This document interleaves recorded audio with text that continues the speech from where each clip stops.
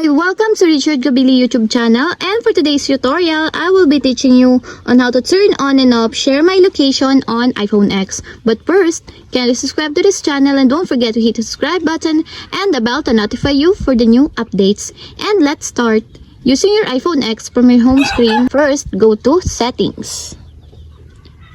Then in the settings, scroll down and click the Screen Time. Then after that, in the screen time, scroll down and click the content and privacy restrictions. Then after that, in the content and privacy restrictions, go to privacy sections, then click the location services.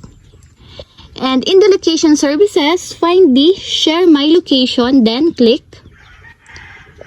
Then after that, as you will see, there's a switch button on the right side of share my location. Then all you have to do is just click it to enable until it becomes green.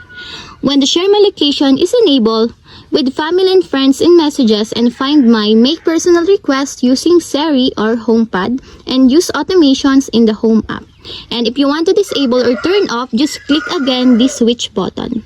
And that's it. We have successfully turned on and off Share My Location on iPhone X. If you have a question, kindly comment down below and don't forget to hit the subscribe button and the bell to notify you for the new updates. And thank you for watching!